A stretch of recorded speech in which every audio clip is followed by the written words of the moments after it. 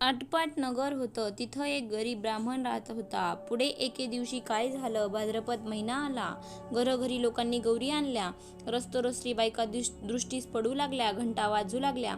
हे त्या ब्राह्मणाच्या मुलांनी पाहिलं. घरी आली, आईला म्हणाली, आई आई आपल्या घरी गौर आण. आई म्हणाली, बाळांनो गौर आणून काय करू, तिची पूजापत्री केली पाहिजे, घावन घातल्याचं नैवेद्य दाखवला पाहिजे. आपल्या घरात तर काही नाही. तुम्ही बापाजवळ जा, बाजारातलं सामान आणायला सांगा. सामान आणलं म्हणजे गौर आणीन. मुलं तेथून उठली, बापाकडे आली. बाबा बाजारात जा, घावन घातल्याचं सामान आणा म्हणजे आई गौर आणील. बाबानं घरात चौकशी केली, मुलांचा नाद ऐकला, मनात दुःखी झाला. यांचा हाट पुरवता येत नाही, सोन्यासारखी मुलं आहेत, गरिबापुढं उपाय नाही, मागायला जावं तर मिळत नाही, त्यापेक्षा मरण बरं म्हणून उठला. देवाचा धावा केला, तळ्याच्या पाळी गेला, जीव द्यावा म्हणून निश्चय केला. अर्ध्या वाटेत गेला, इतक्या संध्याकाळ झाली.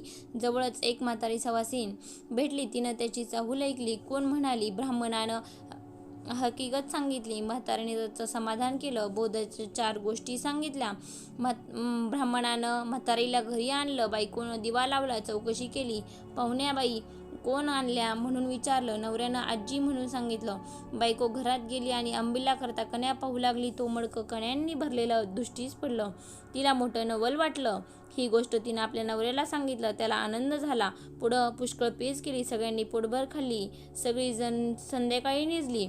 सकाळ झाली तशी म्हातारीनं ब्राह्मणाला हाक मारली. मुला मला नाहू घाल, माकू घाल म्हणून म्हणाली. घावन घातल्याचं देवाला कर, नाही काही म्हणू नको, रडगाणं काही गाऊ नको. ब्राह्मण तसाच उठला, घरात गेला. बायकोला हाक मारली. अगं ऐकलंस का, आजीला नाहू घाल असं सांगितलं. आपण उठून भिक्षेला गेला.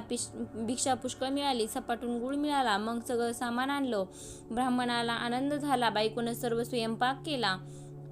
मुळं भार सुद्धा पोटभर जेवली आणि म्हातारीनं ब्राह्मणाला हाक दिली. उद्या जेवायला खीर कर म्हणून सांगितलं. ब्राह्मण म्हणाला, आजी दूध कोठून आणू. तशी म्हातारी उठली. तू काळजी करू नकोस, आता उठ आणि जितक्या गाई म्हशी पाहिजे तितके खुंटपूर, जितक्यांना दावी बांध आणि संध्याकाळी गोरज मुहूर्तावर गाई म्हशींची नावं घेऊन हाका मार. त्या येतील, तुझा गोटा भरेल, त्यांचं दूध काढ. ब्राह्मण तसं केलं. गाई म्हशींना हाका मारल्या, त्या धावत आल्या.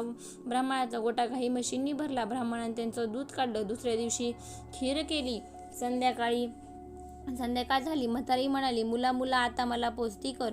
ब्राह्मण म्हणाला, आजी तुमच्या कृपेने आता सगळं प्राप्त झालं. तुम्हाला पोस्ती कसं करू. तुम्ही गेलात म्हणजे सर्व काही नाहीसे होईल. म्हातारी म्हणाली, तू घाबरू नकोस, माझ्या आशीर्वादाने तुला काही कमी पडणार नाही. ज्येष्ठा गौर म्हणतात ती मीच, मला पोस्ती कर. ब्राह्मण म्हणाला, हे दिलेलं असंच वाढावं, यशासाठी काहीतरी उपाय सांग. गौरीनं सांगितलं, तुला येताना वाळू देईन, ती साऱ्या घरभर टाक, हांडाभर टाक आणि मडक्यावर टाक, पेटीत टाक, गोट्यात टाक. असं केलं म्हणजे काही कमी पडणार नाही. ब्राह्मणानं बरं म्हटलं. तिची पूजा केली. गौर प्रसन्न झाली. तिनं आपलं व्रत केलं.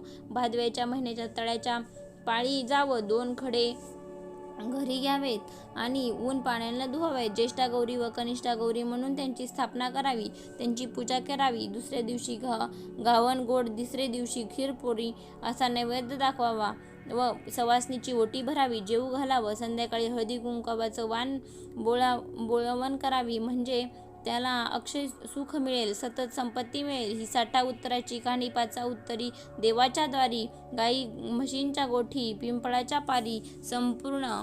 धन्यवाद.